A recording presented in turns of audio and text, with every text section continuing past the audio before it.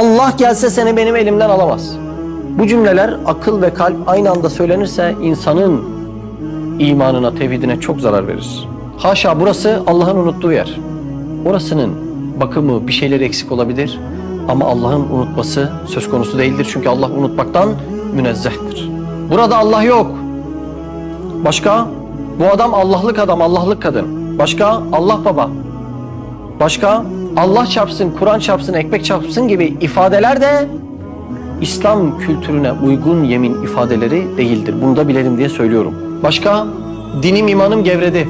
Başka? İşimiz Allah'a kaldı. Ondan önce kim hallediyordu? Allah Allah, değil mi? Başka? Kahrolsun şeriat demek aslında kahrolsun İslam demektir. Bu cümle tehlikeli bir cümledir. Birilerine sinirlenip, birilerine kızıp biz kendi imanımızı sakın ha sakın yakmayalım. Allah